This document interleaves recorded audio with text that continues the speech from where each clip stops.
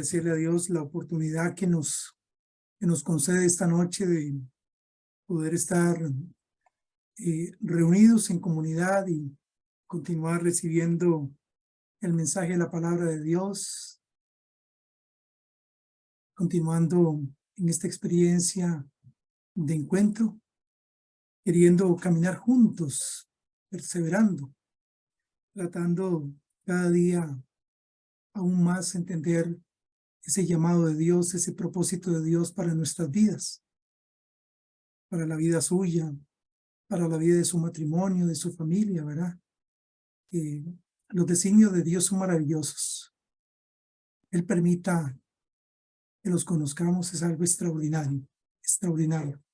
Por eso nos reunimos, mostrándole a Él nuestra hambre y nuestra sed de la palabra. Quisiera preguntarles, ¿ven ustedes la imagen ya de la presentación?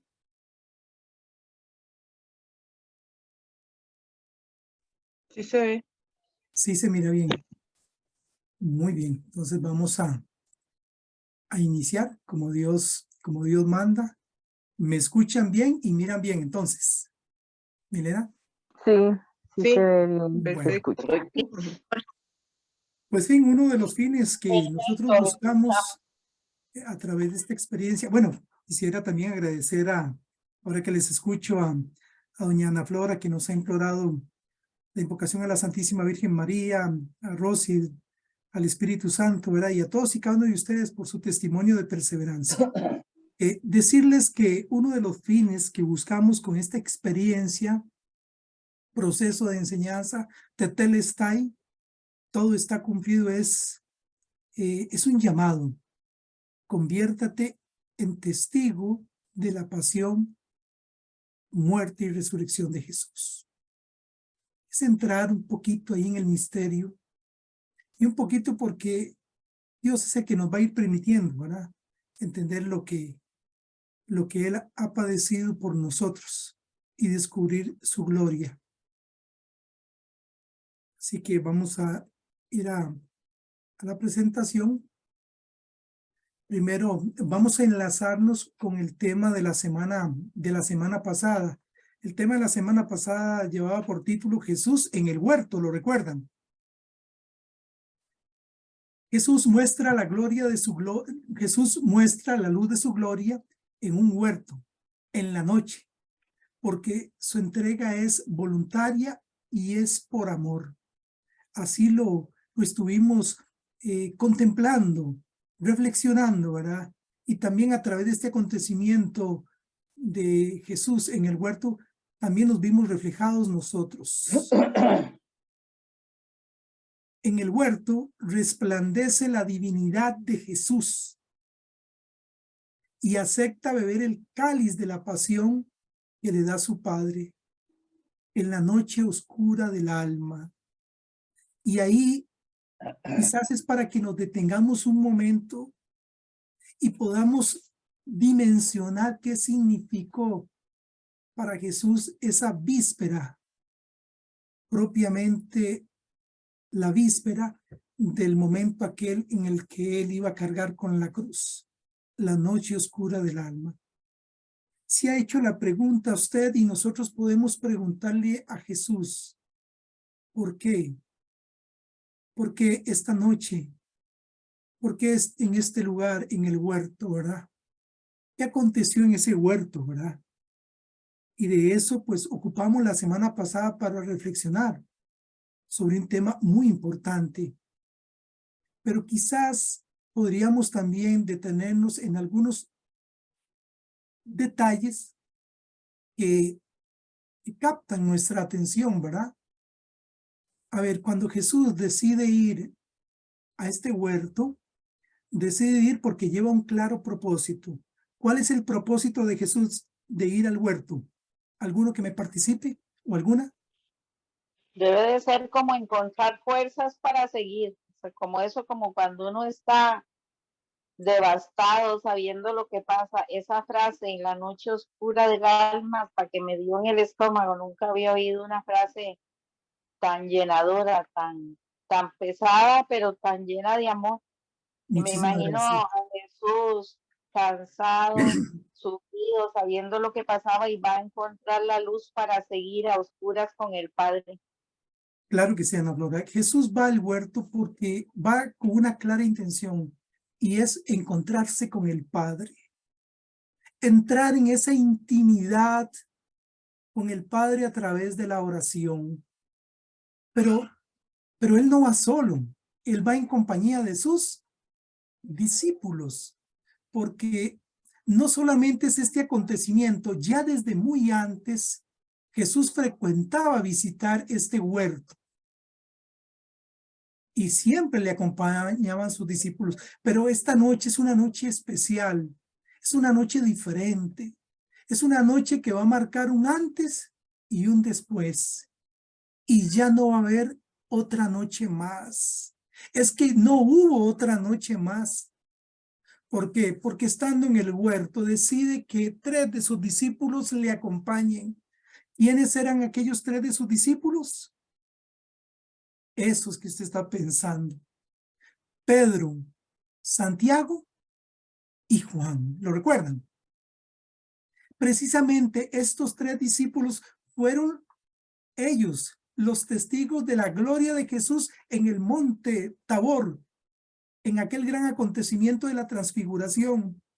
Cuando nosotros hablamos de la gloria de Jesús, ya Jesús los venía preparando a ellos y se veían mostrando para que contemplaran la luz de su gloria. Ya no solamente en el Tabor, donde hubo un resplandor, un destello de la gloria de Dios, donde hubo una unión de las alianzas, tanto de lo antiguo escrito ya estaba, como lo que estaba aconteciendo en ese momento. Y ellos contemplan la gloria de Dios. Sin embargo, Jesús se retira a orar. Y en la condición en que Jesús ora, es una condición donde Él está sumergido, como decía usted, en un profundo dolor y sufrimiento. A ver, ¿qué características describe uno de los evangelios que aconteció mientras Jesús oraba? ¿Qué ocurrió ahí mientras Jesús oraba? Alguien que me lo haga recordar.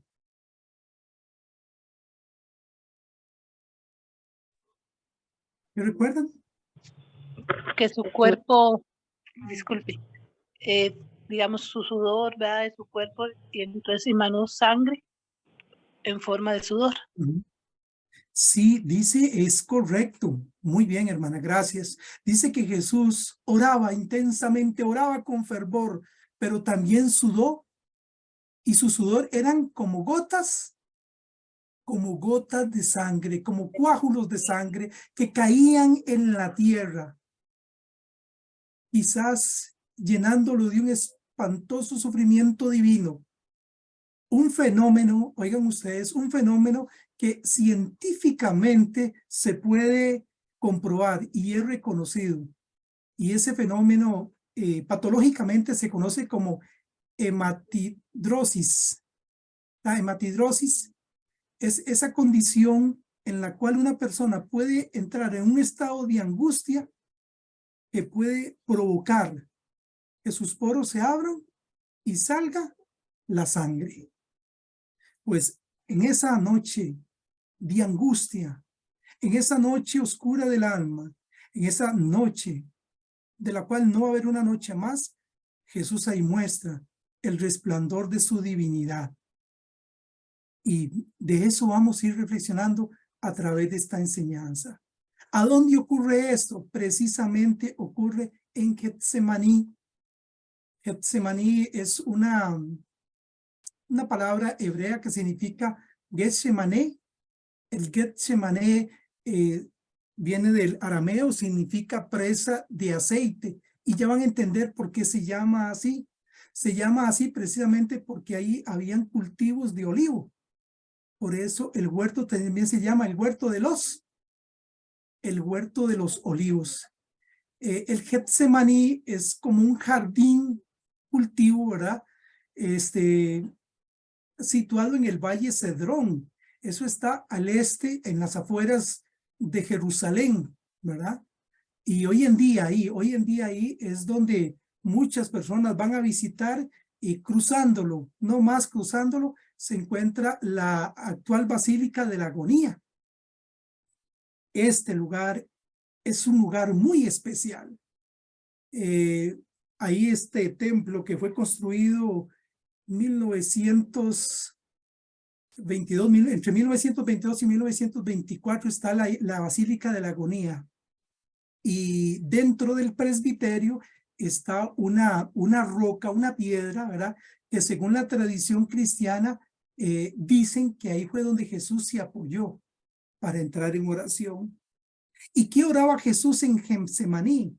Jesús solo tenía una oración, la cual repitió durante 3 veces. ¿Cuál era esa oración? Padre, si es posible, aparta de mí este cáliz, pero que no se haga cáliz. mi voluntad, sino la tuya. Y así oró Jesús, ¿verdad? Y esa fue la manera como Jesús oraba mientras se hallaba en ese lugar. Durante las horas previas a su pasión, Jesús se retiró a este lugar llamado Monte de los Olivos, el huerto de Getsemaní.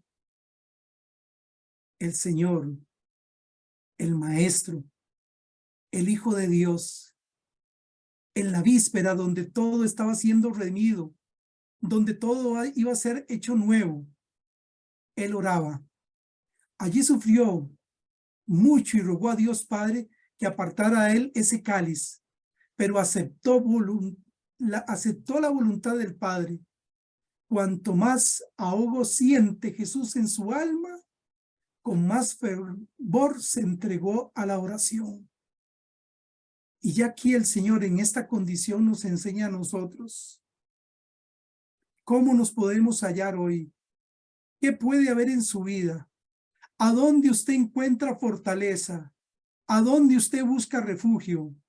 ¿De dónde le viene a usted esa fuerza para poder superar toda pena, todo dolor, todo sufrimiento? ¿Cómo podemos nosotros, yo le digo al Señor en oración, cómo podemos nosotros en medio de la prueba, cómo puede una persona en el medio de su enfermedad y de su dolor manifestar la gloria de Dios, manifestar la aceptación de la voluntad de Dios? Solo Él nos lo puede mostrar. Y quisiera pues hacerles una pregunta.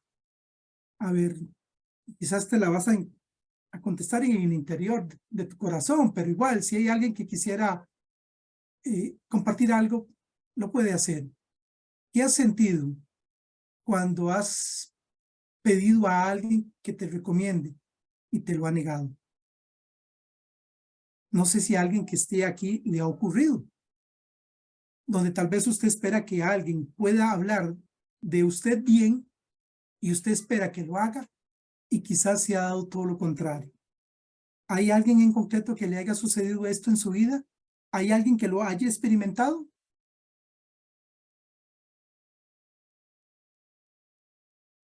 Sabiendo que alguien le puede recomendar y saber que se niega a hacerlo.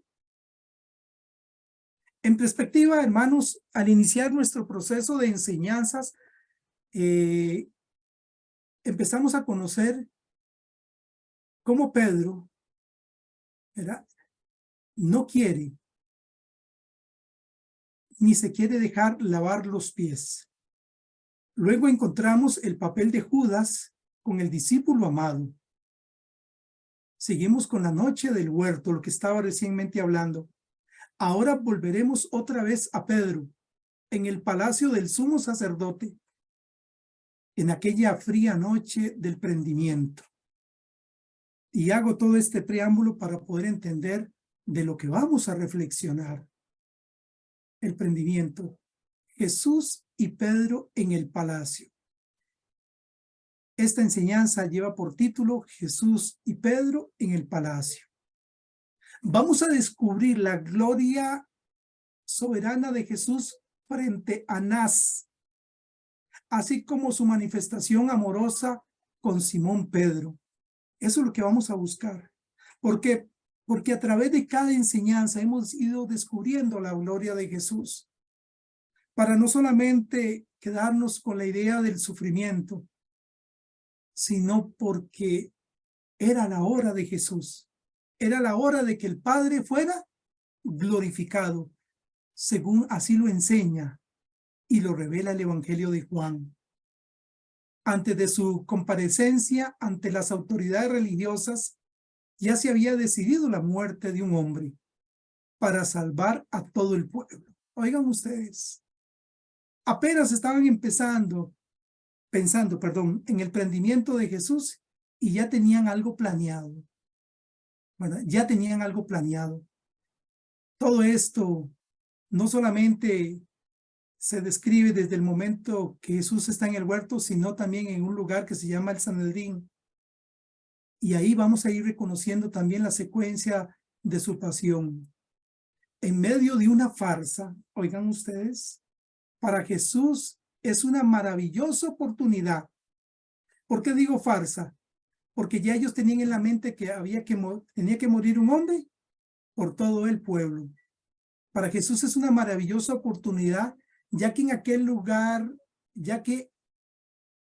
lugar expresa su dignidad, su autoridad, incluso cuando Jesús no responde. Es Jesús quien decide la secuencia de su pasión. Si alguno me puede ayudar, tal vez don Edwin, Juan capítulo 10 o Douglas, versículo 18.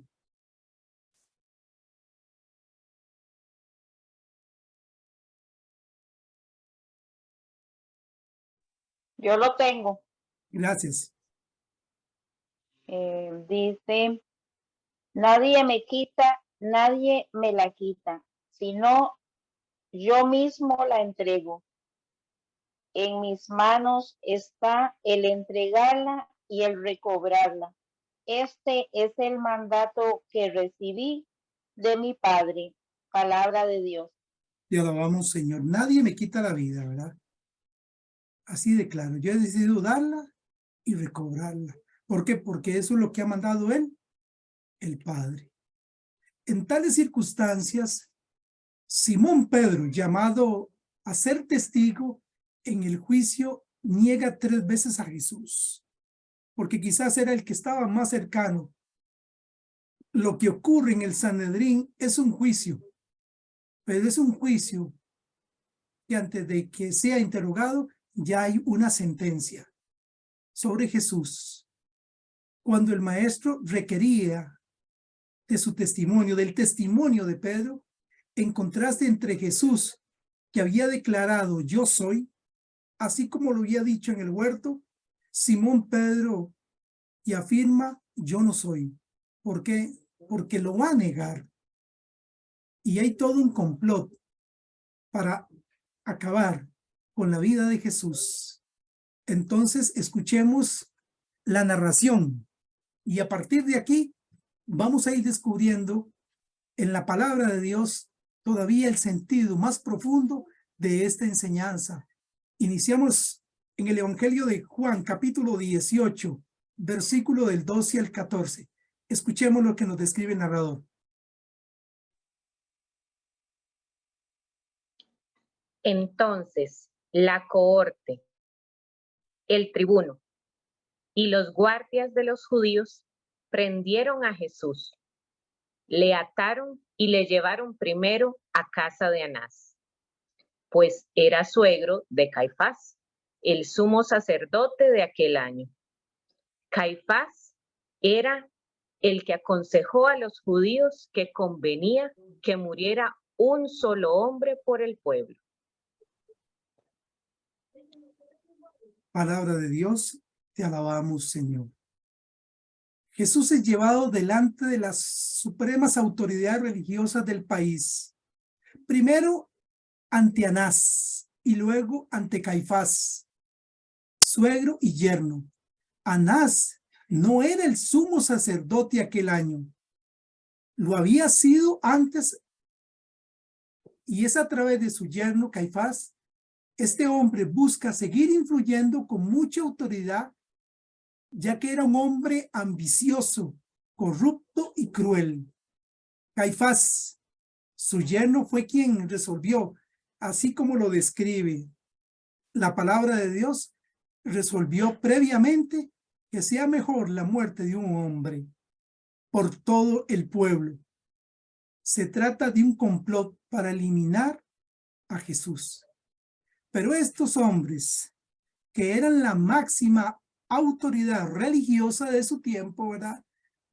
Por el lado religioso no van a encontrar, no van a lograr tal propósito para que Jesús sea no solamente señalado, sino acusado, porque ya desde antes venía esa idea, sino que todavía van a tramar algo más, ya que Jesús, habiendo salido del lugar donde se estaba dando este juicio, que es el Sanedrín, va a ser enviado ante Pilatos.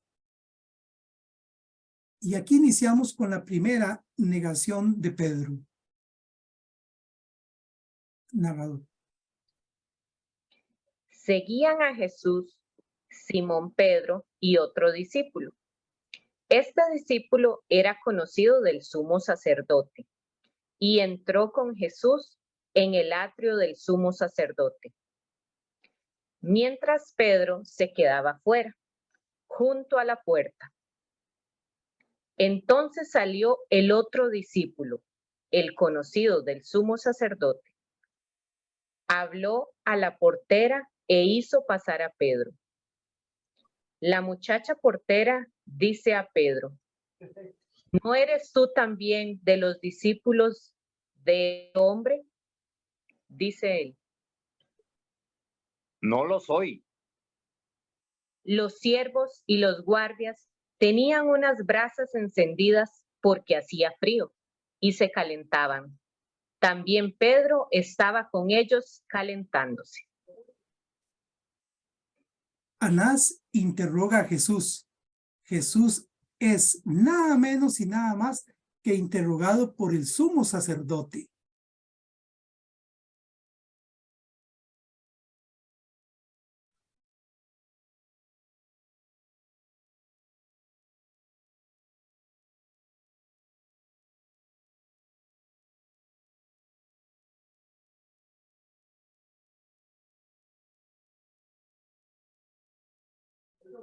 Y ante el interrogatorio de Anás, Jesús habló de esta manera.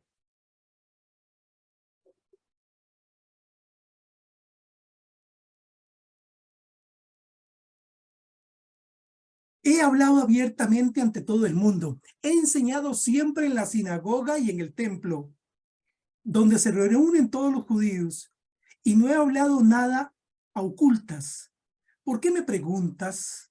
Pregunta a los que me han oído, los que les he hablado. Ellos saben lo que he dicho. Palabra de Dios. Te alabamos, Señor. Te alabamos, Señor. Cada Cuando palabra el sumo sacerdote interroga a Jesús sobre sus discípulos y sobre su doctrina, responde con soberanía Jesús. ¿Por qué me preguntas a mí? Pregunta a mis discípulos, a quienes me han escuchado predicar. Muy cerca allí, en el patio, estaba su mejor representante. Pero Simón Pedro se escabulló. Así que aquí vale la pena detenernos un momento.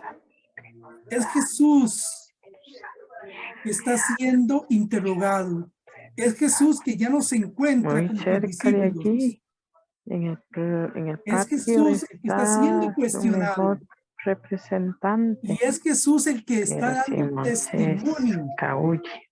Tal vez alguien tiene el micrófono abierto, por favor. Jesús está dando testimonio, ¿verdad? Pero Jesús espera y aquellos que con él han caminado y aquellos que con él han compartido la cena, aquellos que le miraron multiplicar los panes, aquellos que le vieron hacer milagros, den testimonio porque ya no solamente él lo que él puede decir, sino lo que sus discípulos pueden decir de él. Jesús es claro. He enseñado abiertamente, ¿verdad? Y Pedro, que quizá era el que estaba más cerca, Pedro simple y sencillamente se desaparece. Pedro y su negación.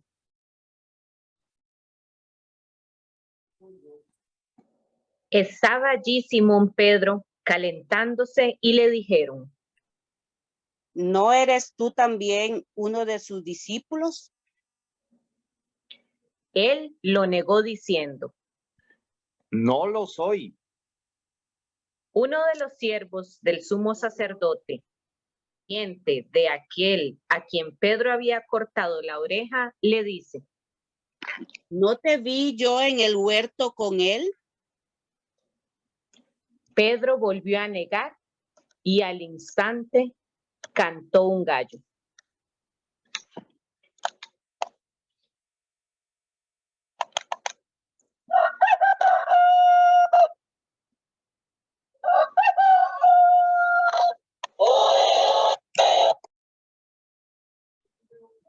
Y así se cumplió en Pedro lo que días antes Jesús le había dicho, en forma profética: antes que el gallo cante me habrás negado. Quizás, como dicen, una imagen dice más que 1000 palabras. Por un momento contemplemos esta imagen que tiene usted ahí adelante. El sumo sacerdote intenta contraponer el reino de Jesús al imperio del César. No habiendo logrado, como les decía antes, mediante las autoridades religiosas y sus argumentos de que Jesús fuera condenado, ahora van a poner a Jesús, su enseñanza, su doctrina y a su misma comunidad de discípulos en contra del imperio romano, para que éste, sí, Jesús, el Hijo de María, el Hijo del Padre, fuera condenado.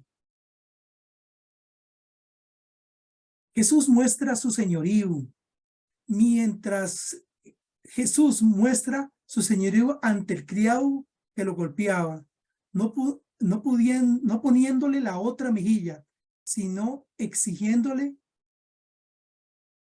del porqué de su agresión. Apenas dijo esto, uno de los guardias que allí estaba dio una bofetada a Jesús diciendo: ¿Así contestas al sumo sacerdote? Si he hablado mal, declara lo que está mal. Pero si he hablado bien, ¿por qué me pegas? El arrepentimiento de Pedro en los evangelios sinópticos y en Juan. Y antes de ir a esta parte, quisiera resaltar algo muy importante sobre este texto de la Escritura que hemos venido secuencialmente meditando y reflexionando. Porque no solamente es que nosotros nos quedemos con la idea de verlo allá, a lo lejos. No solamente es quedarnos con la idea de qué bárbaro Pedro. ¿Por qué? ¿Por qué estando tan cerca y pudiendo haber sido su testigo? ¿Por qué ante aquel juicio tan injusto? ¿Por qué Pedro no lo defendió? ¿Por qué Pedro no estuvo a su favor? Y muchas cosas en torno a este escenario, a este acontecimiento y circunstancias podemos pensar. Pero es que cada uno de nosotros también nos vemos reflejados en Pedro. El Maestro y el Señor ha hecho maravillas. Y quizás lo que Él espera de nosotros es de que seamos testigos. Pues vamos a ir a meditar en los evangelios sinópticos y aún más en el evangelio de Juan para entender este asunto del arrepentimiento de Pedro. Según Lucas, en el capítulo 22, versículo 62, para quienes quieren tomar nota y luego lo leen con tranquilidad, lo van a comprender mejor. Dice el evangelio de Lucas, Jesús mira a Simón dándole a entender, aunque me has negado, te perdono, te amo y voy a dar la vida por ti. Pedro acepta esa mirada de amor y sale a llorar amargamente. Léanlo. Y ustedes van a decir, quizás como lo dije yo cuando estaba preparando, ¿cómo sería esa mirada entre Jesús y Pedro? Sabiendo Pedro que lo había negado. ¿Cómo creen que se conmovió Pedro hasta lo más profundo de su ser, sabiendo que aquel a quien él había depositado toda su confianza, le había negado? Y sin embargo, como dice, te he perdonado, te amo y voy a dar la vida por ti. Y es que esa es la experiencia que también nosotros experimentamos. ¿Por qué? Porque solo así es como nosotros podemos entender lo que es la misericordia de Dios. Pedro sale a llorar amargamente. Y a partir de este dolor profundo de Pedro, es como él siente el arrepentimiento. Pero Marcos también nos dice, Pedro rompe en profundo llanto, ¿verdad? Creo que nosotros lo hemos experimentado en algún momento de la vida, cuando nos hemos sentido profundamente arrepentidos por algo, cuando nos hemos dado cuenta de que algo no ha estado bien. ¿No ha experimentado usted el llanto? Cuando hemos metido la pata. Bueno, oigan usted, cuando ha metido la pata, y no solo la pata, sino las dos, ¿verdad? Todas tiras. ¿Hay alguno Entre que dé más duro testimonio? nos duele. ¿Hay alguno de ustedes que dé testimonio que ha llorado profundamente por arrepentimiento de algo que ha cometido? No diga qué es lo que ha cometido, sino diga, sí, yo lo he vivido. Sí, muy recientemente fui al Santísimo, tenía un problema familiar que no faltan y había hablado yo muy rápidamente y fui al Santísimo y yo que me hinco al Santísimo y estoy orando y de pronto siento aquel frío porque me di cuenta que había metido, como digo, la pata. Qué dolor más profundo y qué arrepentimiento y qué sentimiento de impotencia, porque lo que se dijo ya no se puede devolver. Y entonces, imagínense, en el caso de Pedro, pues era duro, pero ese día definitivamente ese sentimiento de haber hecho algo que no debimos de haberlo hecho era duro. A ver, ¿alguna otra persona? Gracias, Ana Flora. ¿Alguna otra persona que haya llorado profundamente y con dolor? ¿Un arrepentimiento? Bueno, mientras que alguien se anima, yo voy a contarles algo también. Recuerdo hace muchos años que entré yo en un templo de aquí de Cartago, ¿verdad? Y yo estaba de rodillas, ¿verdad? Y escuchaba a alguien sollozando, ¿verdad? Y volví a ver y alcancé a ver a un señor llorando profundamente también, de rodillas, y hasta que sudaba el señor. Y por un momento sentí el impulso de acercarme, pero no lo hice, porque lo que él necesitaba no era mis palabras ni mi consuelo. Lo que él necesitaba era mi oración, porque el consuelo Ya Dios se lo estaba dando. Ya Dios le estaba sanando el corazón. El arrepentimiento profundo muchas veces lleva a esto. Que no nos cause admiración. Es que si el hombre de hoy, si la mujer de hoy no experimenta el arrepentimiento, difícilmente va a poder entender lo que el Señor ha hecho y está haciendo por cada uno de nosotros. Solo el arrepentimiento puede producir un cambio, una transformación, un comprender profundo de lo que significa ser redimidos, ser salvados. Yo creo que todos. ¿Alguien más que quiera dar testimonio?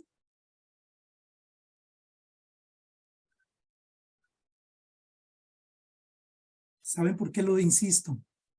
Porque muchas veces desde el dolor y el arrepentimiento se muestra la gloria de Dios.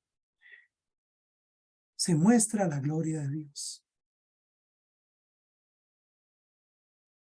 Y llega hasta el corazón del hombre y de la mujer una paz indescriptible que solo Dios puede dar. Que solo Dios puede dar, sabiendo que Él es el único que conoce lo más profundo que hay en nuestro corazón. Cuando un padre de familia ha llorado por sus hijos o por sus hijas, cuando una esposa ha llorado por su matrimonio, cuando hemos llorado por alguna situación, pero Dios todo lo ve y lo conoce. El Evangelio de Juan, Cristo resucitado le pregunta 3 veces a Pedro, ¿me amas? Pedro manifiesta su amor, ¿lo recuerdan? Ahí lo vamos a ver. Tendremos tiempo de encontrarnos con esta escritura cuando Jesús se encuentra allá en el lago de Tiberíades y tiene un diálogo con Pedro. Así como en 3 ocasiones Pedro le negó, en 3 ocasiones le va a manifestar no solamente que le quiere, sino que le ama. Y es así, bajo esa misma pedagogía, el corazón de Pedro es sanado.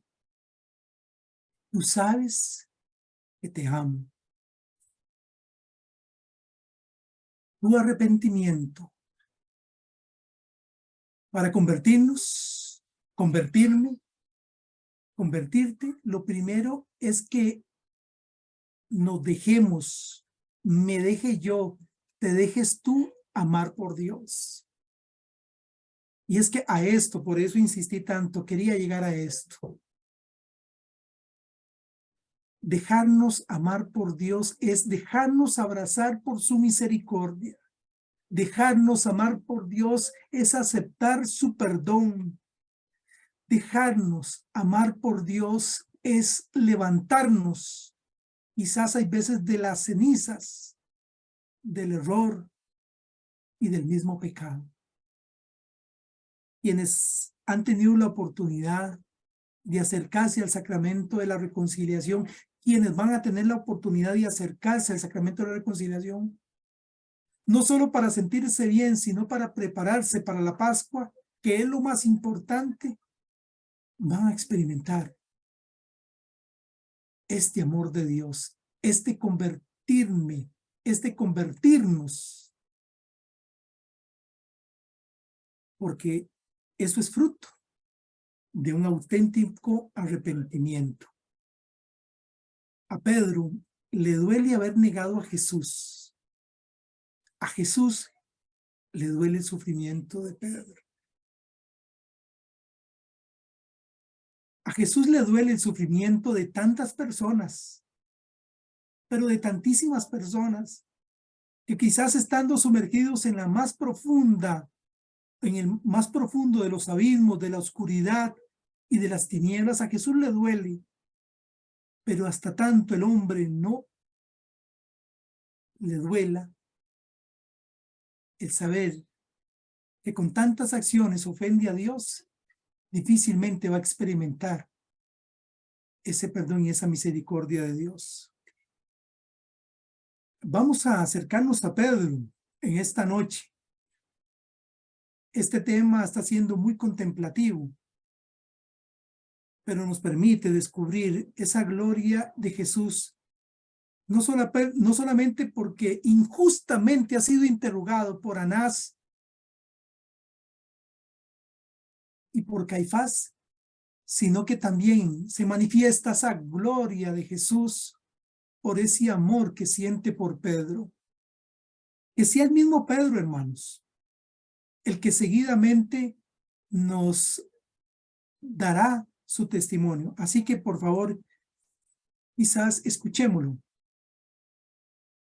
y entendamos lo que significa también para nosotros dar testimonio de nuestra experiencia de Dios. Pongámosle mucha atención a Pedro.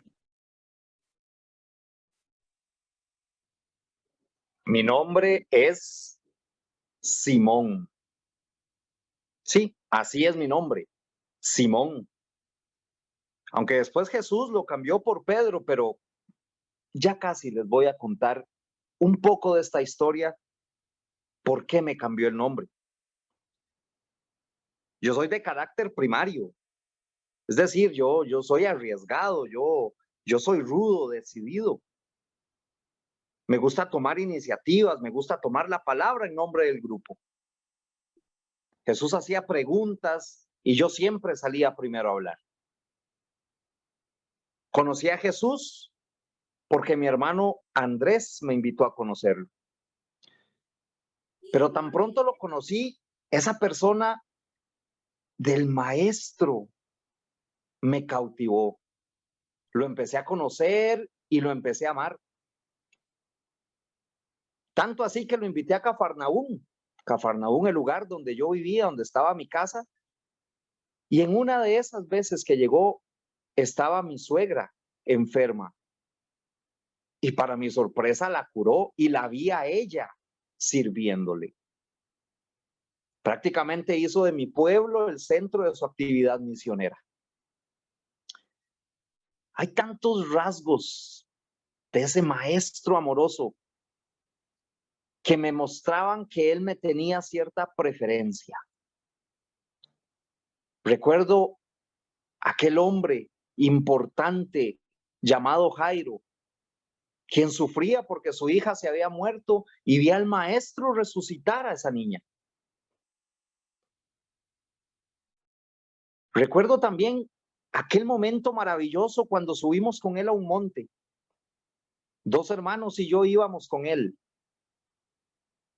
Y de pronto vi aquella luz que salía del maestro. Yo me emocioné tanto, sentí tanta emoción que sin pensarlo, sin decirle, yo le dije, Señor, hagamos 3 tiendas, quedémonos acá. Estaba tan fuera de mí que al ver esa gloria del maestro, yo quería prolongar para siempre ese momento. Hay tantas cosas que quiero hoy contarles. Hay tantas memorias, hay tantos momentos que viví con el maestro. Recuerdo en aquel momento, se sentí una emoción tan grande porque él prefirió mi barca. Habían varias barcas a la orilla, pero él prefirió la mía y desde allí recuerdo aquella aplicación que dio a una multitud. Yo no volví a ver mi barca de la misma manera, porque ella era un púlpito. Se volvió el púlpito de la buena nueva que el maestro decía. Con esa misma barca, cuando terminó, nos hizo ir mar adentro. Y yo, como siempre, conocedor de mi trabajo, yo le decía, maestro, pero ya hemos estado toda la noche afuera, ¿para qué vamos a volver a salir? No hemos pescado nada. Y recuerdo que me dijo, rema mar adentro. Tan seguro, tan confiado vi yo al maestro que yo le dije, está bien, en tu palabra echaré las redes. Y estaba después de eso a punto de romperse esa red de la cantidad de peces que logramos capturar.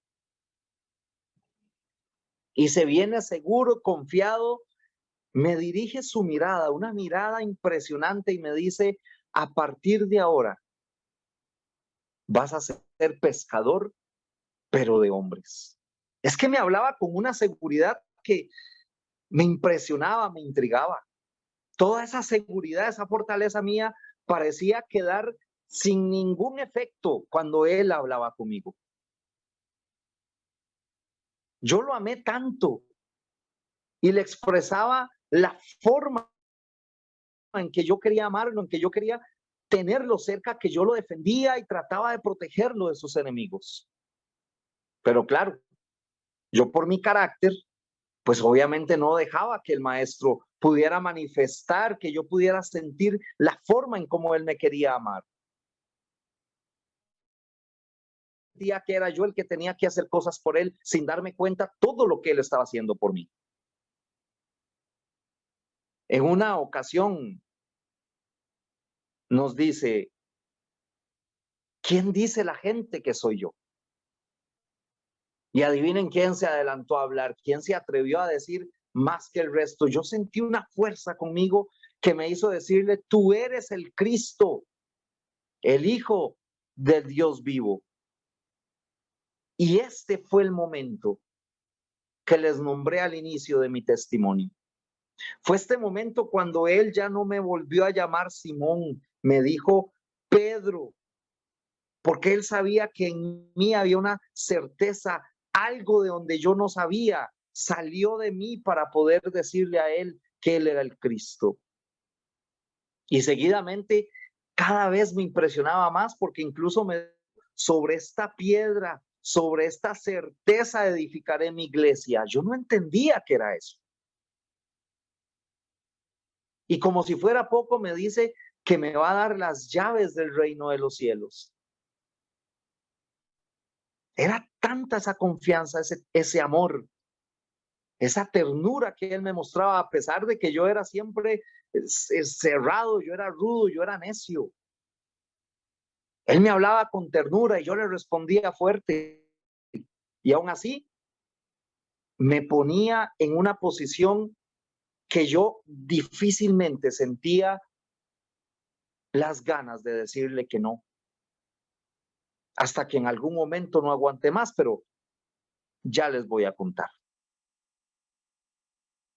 En este tiempo, cuando él salía con nosotros, nos manifestó aquel plan que decía que salía de su padre, que él debía ir a Jerusalén y que tenía que sufrir mucho. Y entonces yo sentí nada más las ganas de decirle, Señor, ¿cómo va a ser? Yo no puedo permitir esto. De ninguna manera te van a hacer daño. Y él volviéndose a mí me dijo unas palabras tan duras, pero tan duras. Con la dulzura de su voz me habló con la fuerza que yo pensé que alguna vez yo tenía. Pero fue más fuerte la dulzura de su voz cuando me dijo, aléjate de mí, Satanás. Eres un tropiezo para mí. Y me dijo que es que yo no pensaba como pensaba Dios, sino que pensaba yo como pensaba el resto de hombres. Pero si yo era un hombre y yo quería defenderlo, y se lo dije porque yo no quería que sufriera. Yo sabía que era el Cristo, sabía todo lo que él tenía que hacer. Pero ¿saben una cosa? Con esas palabras de Cristo,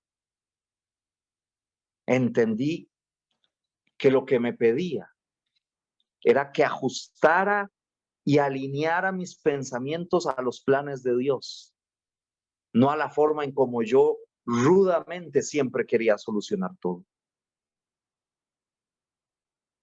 Recuerdo una noche de tempestad. Nuestra barca estaba casi a punto de hundirse y de volcarse y íbamos a perder todo lo que andábamos en la barca. Y estábamos asustados, estábamos turbados todos nosotros, cuando aquel hombre con toda autoridad caminando sobre las aguas dijo, ánimo, no teman, soy yo.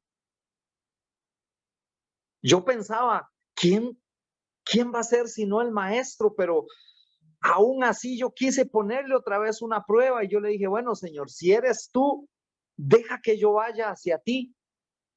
Y para sorpresa mía, me dijo, ven. Yo pensé que me iba a hablar de otra manera, que me iba a volver a regañar porque no creía que fuera él, pero me invitó a venir a él, a caminar sobre las aguas. No puedo tan siquiera describirles la sensación que fue bajarme de esa barca y empezar a caminar sobre las aguas, porque él me dio la orden.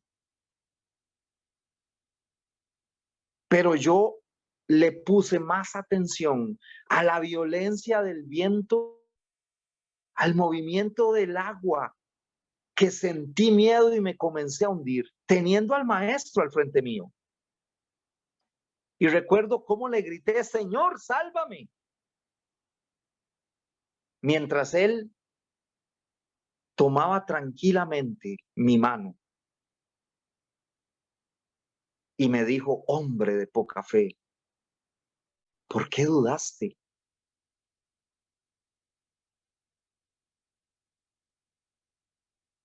En la última cena, recuerdo cuando lo vi con toda intención de querer lavarme los pies. Y adivinen qué, yo volví a decirle que no. Yo me resistí porque me costaba trabajo aceptar ver al maestro, ver al Señor humillado a mis pies.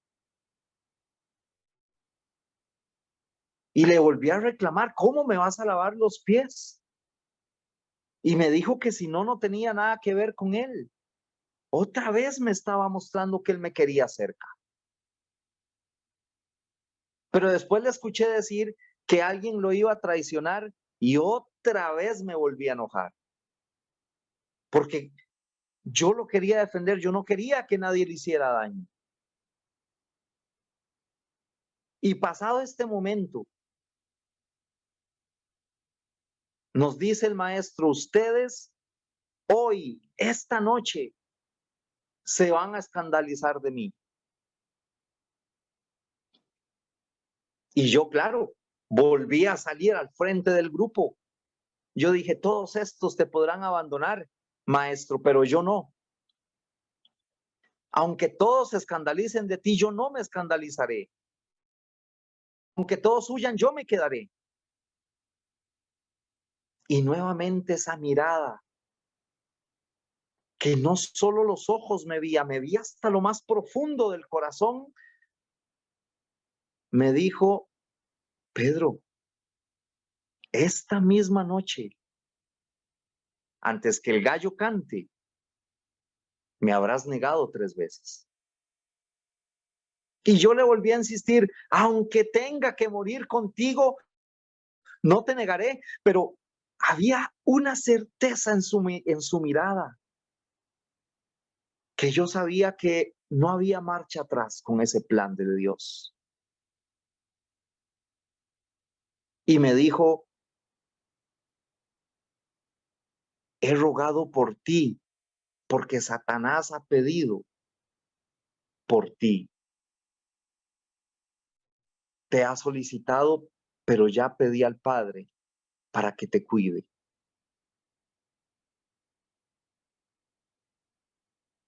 Esa noche, en Getsemaní,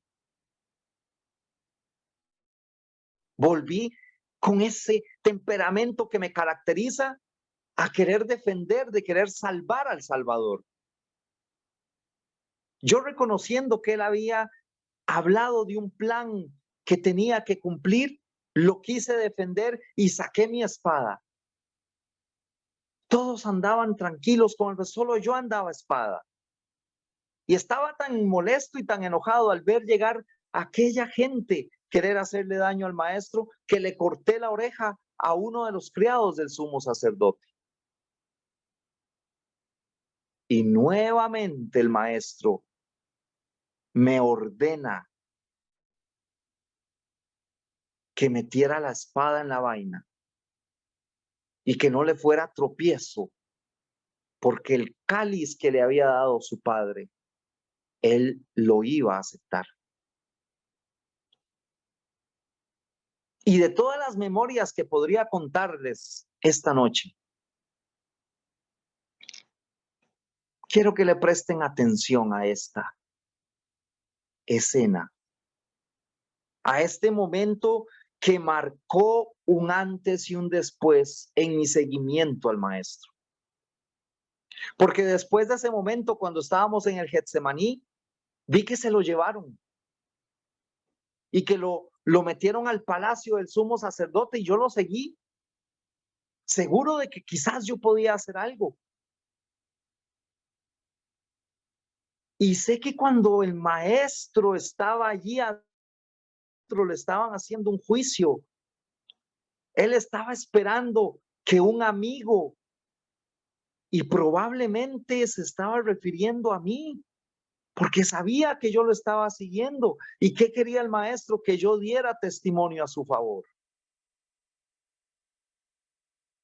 Pero ¿qué hice yo? Lo negué. Y lo negué 3 veces. Y hay un sonido que cada vez que llega a mis oídos, me recuerdan este momento tan amargo. Me recuerda ese dolor. Y aún lo escucho cerca de mí.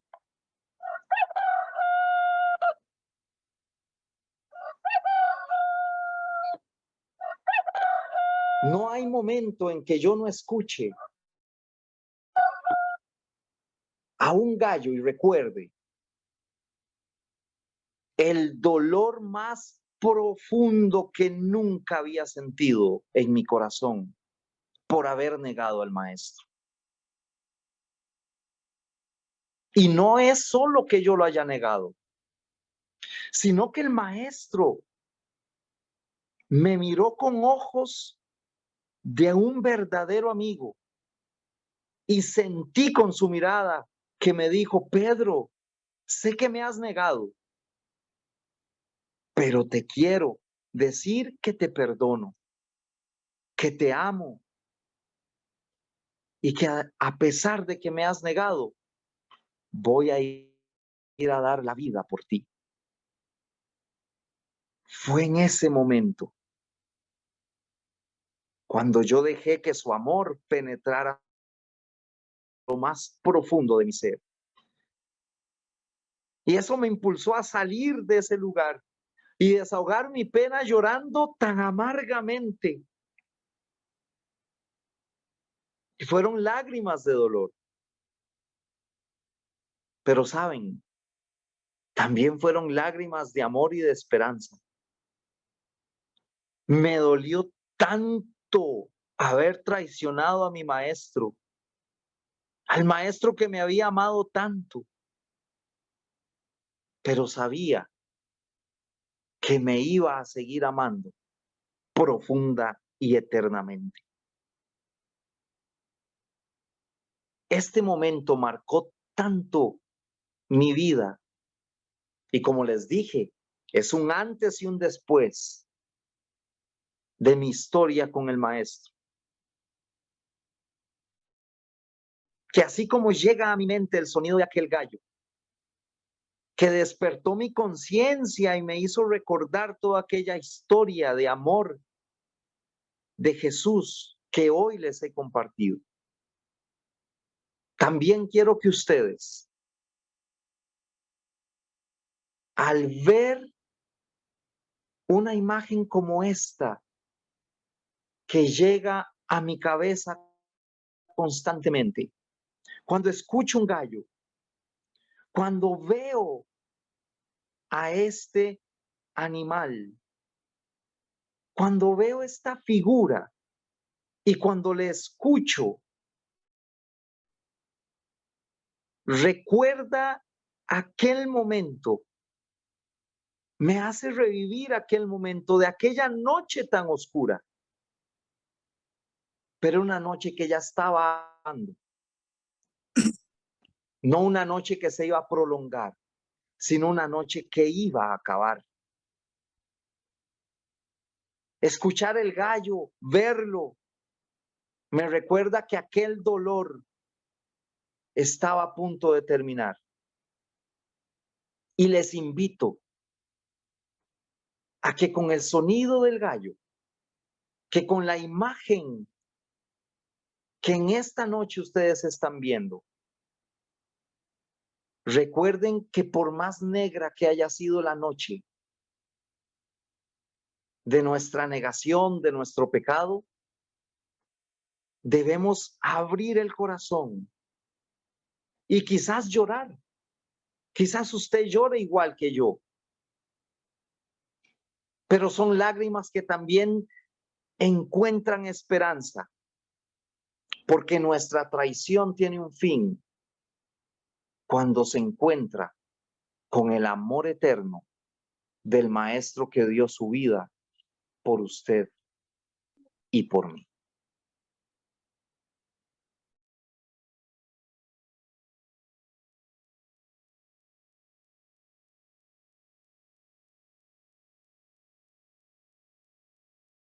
¿Por qué Pedro negó a Jesús? Porque más que ser amado, él quería amar. Buscaba no tanto el ser amado, sino defender y hasta dar la vida por Jesús. Y esto tenemos que entenderlo para poder aplicarlo a nuestra vida. En cada uno de nosotros hay un Pedro que tiene buenas intenciones y quiere dar la vida por Jesús.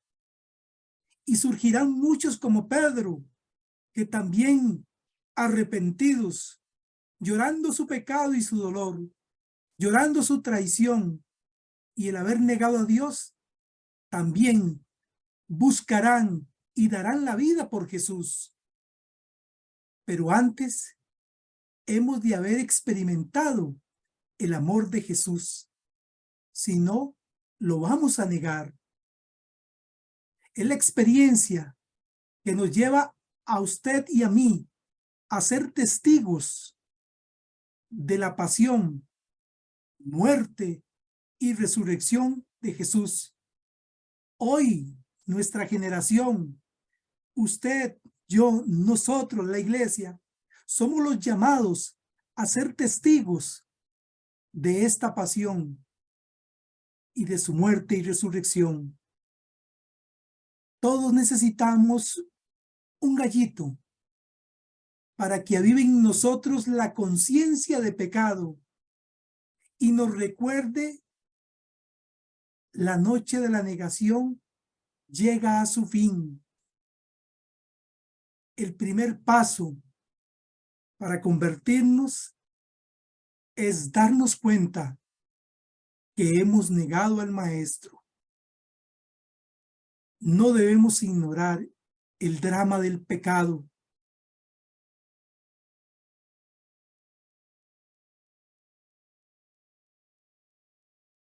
Debemos tomar conciencia y reconocer que todos necesitamos ser abrazados, al igual que Pedro,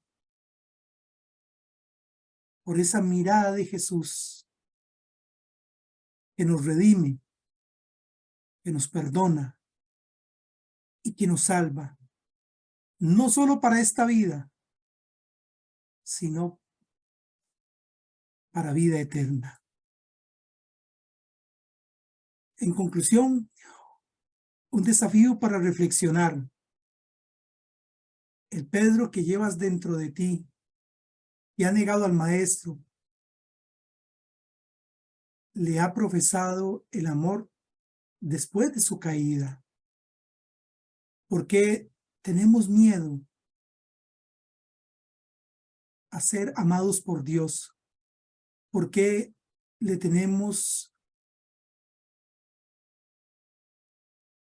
a su apasionada generosidad? Y sería bueno que todos, ahí desde su pensamiento y de lo más profundo de su corazón, pueda repetir usted esta frase. Nunca perder la esperanza aunque se haya negado a Jesús. Nunca perder la esperanza, aunque se haya negado a Jesús. Nunca perder la esperanza, aunque se haya negado a Jesús. Déjate amar por Jesús para nunca perder la esperanza. Esperanza todos tenemos, no solo para entender el propósito y el significado de nuestra vida, sino para nuestra propia salvación y vida eterna. Juntos les invito a que abramos el micrófono y vamos a repetir esta frase, por favor, para concluir nuestra enseñanza. Y la vamos a decir en voz alta, a ver. Y como siempre lo hemos dicho, vamos a contar hasta 3. Que nos haga recordar por siempre este mensaje que hemos escuchado. 1, 2 y 3. Pedro negó a Jesús que quería amar más que ser amado. ¿Va de nuevo? Pedro negó a Jesús porque quería más que ser amado. y amar más que a sí mismo.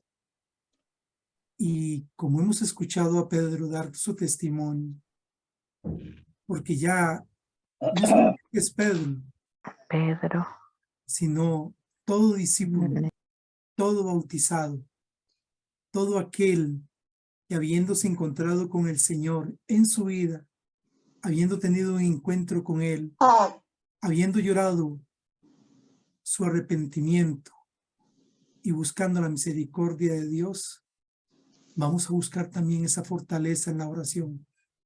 Y con Pedro vamos a orar. Vamos a iniciar este momento de oración para encontrar también en la oración esa fortaleza que nos anime a ustedes y a mí y a todos nosotros a ser testigos de su pasión, de su muerte y de su resurrección. Tomemos una actitud de oración y oremos con Pedro.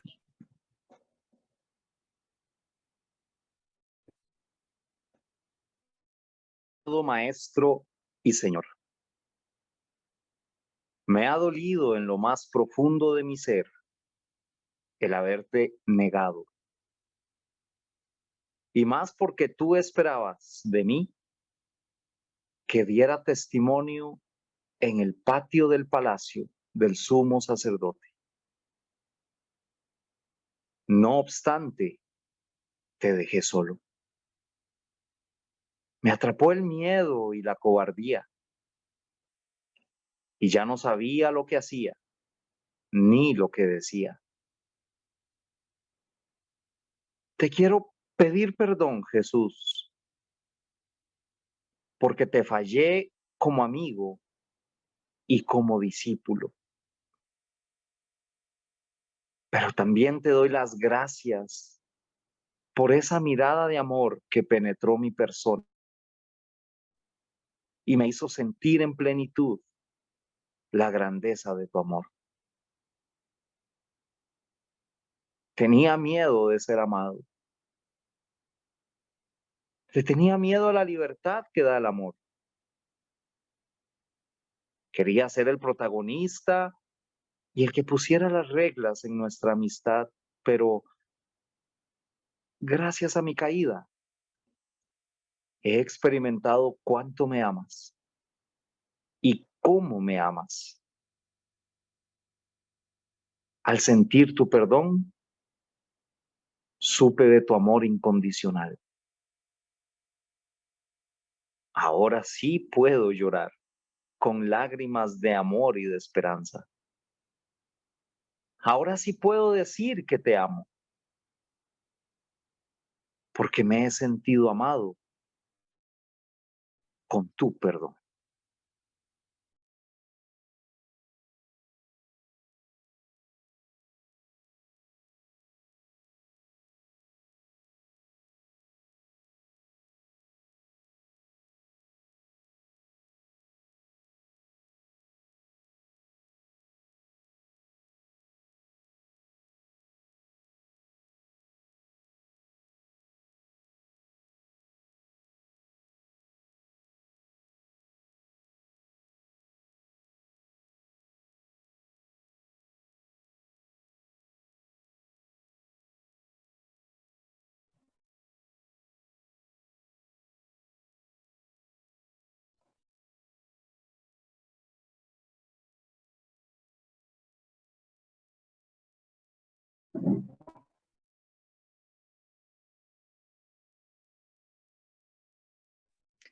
Cualquier cosa no se escucha, la compañera que hace la oración.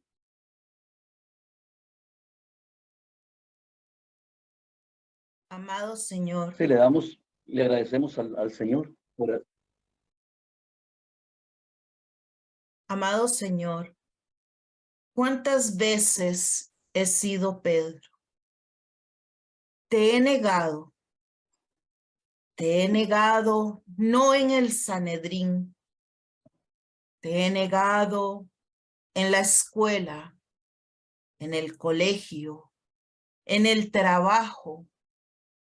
Te he negado en mi casa, con los míos, con mis amigos.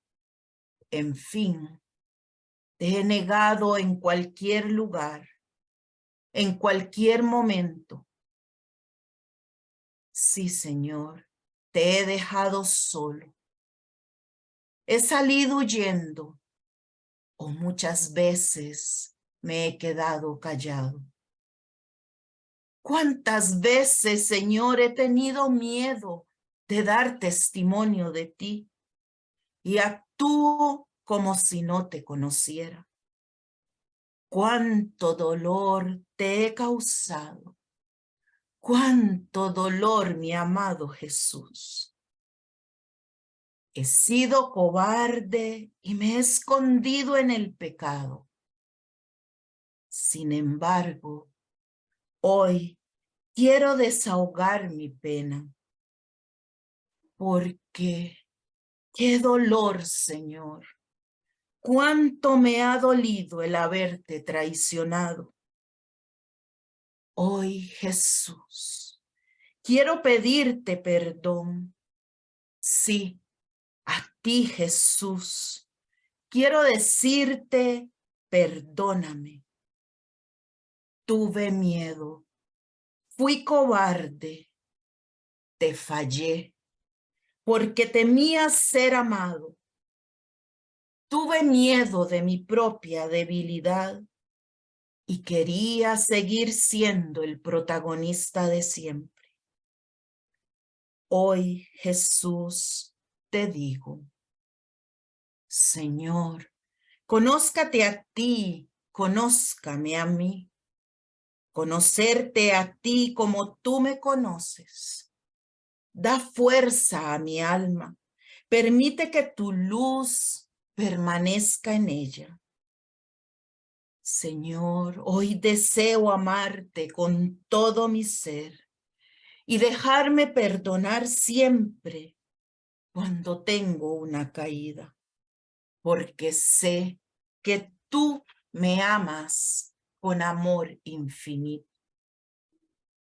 Hoy vuelvo mi mirada ante ti, Jesús crucificado, y siento cómo tu mirada penetra mi corazón.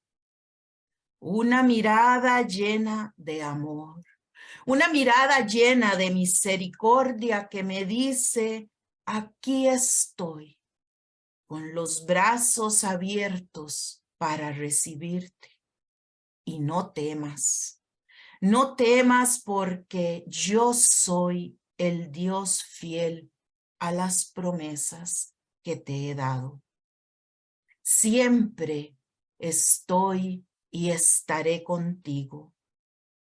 Yo quiero tu vida, no quiero el pecado. Gracias, Jesús. Gracias, Maestro, porque al identificarme hoy con Pedro supe cuánto me amas. Cuán generoso eres, Señor, que aunque yo también te haya negado, Señor, yo escuché el canto de un gallo, que con ese sonido inconfundible despertó mi conciencia. Y desde ese momento nunca voy a perder la esperanza de que tú me perdonas y que al igual que Pedro, cada vez que caigo, tú me levantas. Gracias, mi amado Jesús, por amarme tanto y por perdonarme hasta tener una muerte de cruz. Permite que mi corazón esté siempre abierto y atento a recibir con plena libertad y sin miedo tu amor, para así yo también decir, te amo, Señor. Y hoy he sentido que me amas más con tu perdón. Gloria al Padre, al Hijo y al Espíritu Santo, como era en el principio, ahora y siempre, por los siglos de los siglos. Amén. Amén.